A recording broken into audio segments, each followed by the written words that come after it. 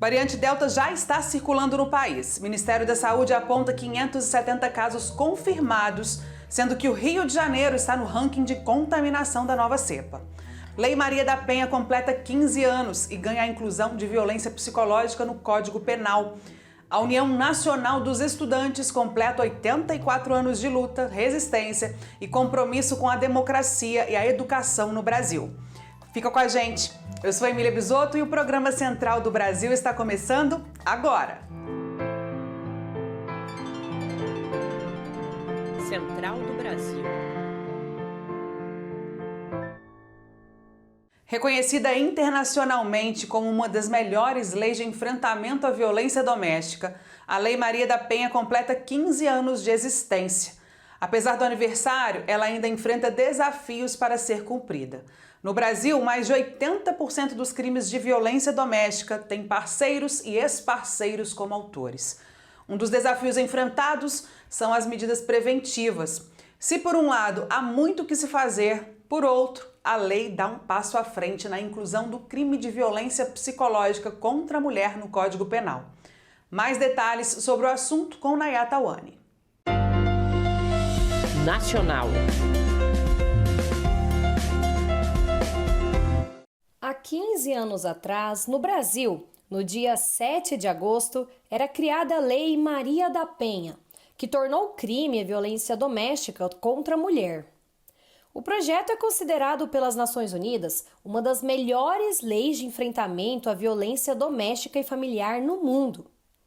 De acordo com uma pesquisa elaborada pelo Fórum Brasileiro de Segurança Pública, 1 a cada 4 mulheres acima de 16 anos foi vítima de algum tipo de agressão durante a pandemia no Brasil. Com números tão alarmantes, ainda é preciso avançar no cumprimento desta lei. É o que aponta Amanda Pinheiro, advogada da Associação Asmana. E ao longo desses 15 anos, nós verificamos avanços, ainda não, digamos que o suficientemente necessário, ainda muito pouco, há muito que fazermos, políticas públicas voltadas para as mulheres. Apesar da necessidade de mais políticas públicas, nesses 15 anos a Lei Maria da Penha tem sido a voz das mulheres vítimas de violência. No ano de 2020, o Ligue 180, canal do governo federal que recebe denúncias deste crime, registrou 105 mil casos. Porém, movimentos de mulheres apontam que estes números são subnotificados, porque muitas mulheres em situação de violência acabam não denunciando por várias questões, como medo e questões financeiras. Sônia Coelho, da organização feminista Sempre Viva, nos conta que a criação da Lei Maria da Penha foi uma conquista das mulheres, mas que ainda é preciso pressionar o governo por mais políticas públicas. Faltam campanhas educativas na sociedade de prevenção. Os equipamentos de atendimento à violência contra a mulher são poucos e concentrados nas capitais. O interior, o campo brasileiro quase não possui equipamentos de atendimento à violência contra a mulher. Então, para a lei ser implementada na sua integralidade, é necessário ter redes de enfrentamento à violência fortalecidas. Um levantamento do INESC revelou que o investimento do governo federal com políticas públicas para as mulheres em 2020 foi o menor em 5 anos, totalizando quase 2 milhões de reais a menos. Apesar da vacinação nos estados já apresentar a diminuição de internações e casos mais graves da Covid-19, os brasileiros e o sistema de saúde enfrentam uma nova realidade. A variante Delta está no país e circula em algumas regiões. Já são 570 casos confirmados de infecção da nova cepa do coronavírus. De acordo com o balanço do Ministério da Saúde, até ontem, dia 10 de agosto, o número de contágio é 98% maior comparado com o balanço divulgado na semana passada. O percentual é quase o dobro e demonstra o rápido avanço da cepa no país. Por isso, mesmo com a vacina, é essencial que continuemos a seguir os protocolos de segurança e o isolamento. Acompanhe agora Trilhos do Brasil com Carolina Batailler. Trilhos do Brasil. Já existem registros da variante Delta do coronavírus circulando em pelo menos 12 estados brasileiros e no Distrito Federal. Mais transmissível, essa mutação do vírus se espalha mais rápido, como explica o pesquisador da Fiocruz, Gabriel Valal.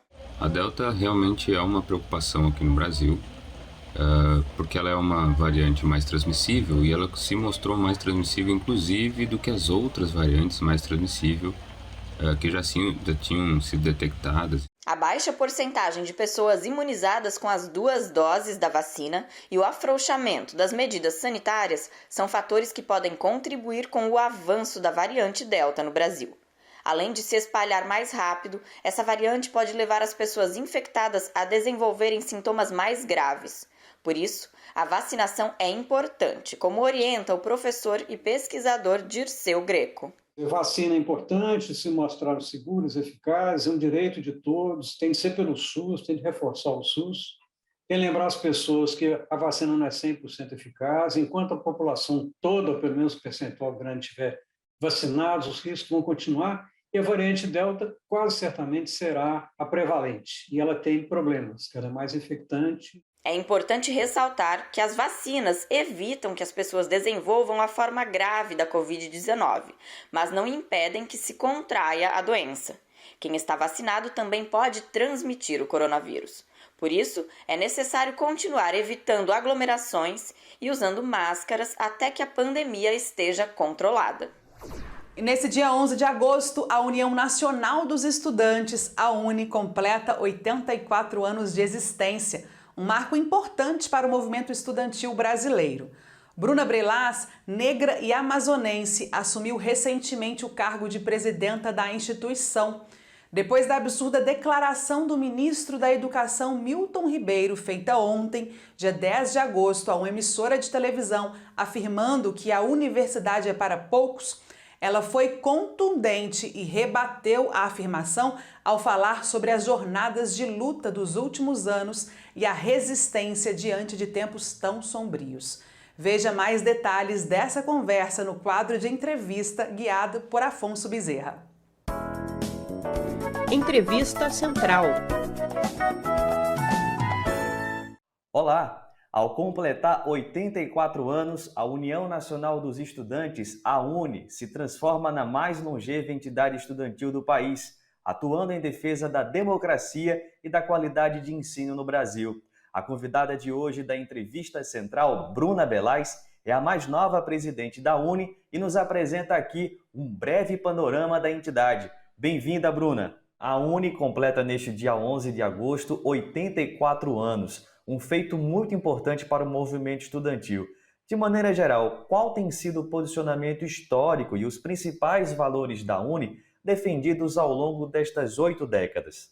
A história da UNE se confunde com a história do Brasil, né? Nós construímos um processo de lutas de muito tempo, desde da geração que defendeu o petróleo é nosso, as diretas já, os estudantes que resistiram à ditadura militar, que resistiram a um processo de privatizações, que derrubaram um presidente da República e que nessas últimas décadas construíram um processo de lutas em defesa da universidade, em defesa do acesso e permanência dos e das estudantes mais pobres, dos negros e indígenas. E a UNE é isso, ela contribui ao Brasil. Ela é uma prova de amor ao Brasil e, sem dúvidas, uma das entidades mais imprescindíveis do nosso país. Eu sou a primeira mulher negra nortista a ser eleita na União Nacional dos Estudantes. Essa entidade que eu descrevi aqui com uma trajetória muito importante.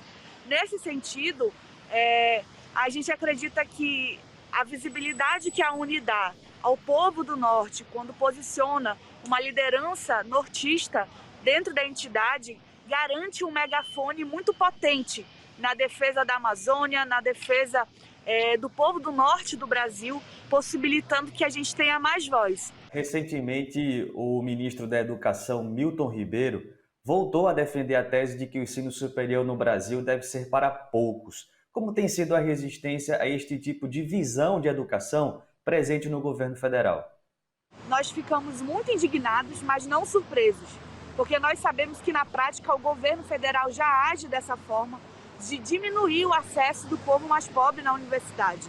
A UNE tem denunciado, aonde pode, de que o ensino superior não pode voltar a ser elitizado, de que o ensino superior deve dar voz e vez ao povo mais pobre, porque nós precisamos de condições, nós precisamos da universidade para a gente conseguir ter acesso à educação de qualidade e que dentro da universidade a gente tenha condições de permanecer. E hoje, Dia do Estudante, a gente vai reforçar essa denúncia de que enquanto não houver suplementação das verbas do orçamento das universidades, nós vamos perder uma geração de estudantes que pode contribuir ao Brasil, que pode se formar e contribuir com o nosso país. Na terça-feira, dia 10, uma MP avançou que também afeta direitos trabalhistas do jovem aprendiz. Como é que a UNE tem avaliado o avanço dessa agenda no Legislativo?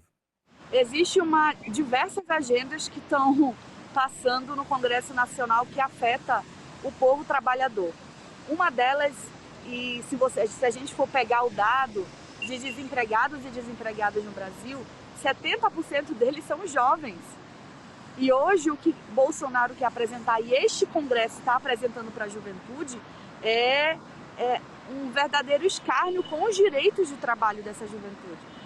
As pessoas querem mercantilizar, as pessoas querem fazer com que essa juventude tenha um trabalho que não seja digno. Isso é um absurdo de tamanho tão grande que existe um aproveitamento do que tem acontecido no nosso país, do desemprego, das mazelas sociais para explorar o povo. É isso que o Congresso apresenta para a juventude. Agora uma informação importante a respeito do caso de Paulo Galo, ativista preso desde o dia 27 de julho. Ele foi libertado na noite de ontem, dia 10 de agosto. O juiz Eduardo Pereira Santos Júnior, da 5ª Vara Criminal de São Paulo, recebeu a denúncia da prisão ilegal de Paulo e revogou a atitude. O magistrado reconheceu não haver motivos para a prisão, uma vez que Galo não tem antecedentes criminais e colaborou com a investigação, assumindo a participação na ação de incêndio da estátua do Bandeirante Borba Gato, em São Paulo. Foram liberados também Danilo Bill e Thiago Zen, motorista e dono do veículo que também participaram do protesto. Os 3 agora são considerados réus e responderão em liberdade. Um jornalista e poeta que se viu inspirado pelo caos e a desordem social e política atual. A inspiração se transformou em poemas literários e propõe reflexões do momento histórico que vivemos.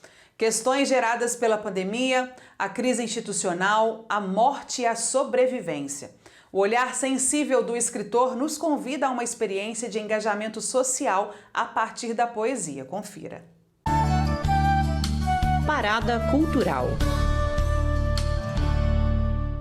Nesse livro eu reúno 92 poemas, que tratam de temas de atualidade, temas contemporâneos, principalmente a questão relacionada a isolamento social, negacionismos, essa fase de ódio que a gente vive. Então, nesses poemas eu trato um pouco dessa questão e tento dar o meu testemunho poético desse momento que a gente passa. Acho que o artista tem que dar o seu testemunho poético da época em que vive, e eu faço isso nesse livro, tento fazer isso nesse livro. Tem outros 2 livros, que esse é o primeiro, Em Permanência, de 2011, 2012, e tem esse outro aqui, que é o sobre auroras e crepúsculos, lançado em 2017, tá bom? Então fica a dica, eu vou deixar mais dados para vocês. Bom, o programa Central do Brasil fica por aqui. Eu agradeço a sua companhia, mas antes gostaria de lembrá-lo que também estamos nas plataformas de áudio. Para acessar o nosso programa, basta digitar Programa Central do Brasil na lupa de busca. É isso. Te espero aqui amanhã. Até lá. Tchau!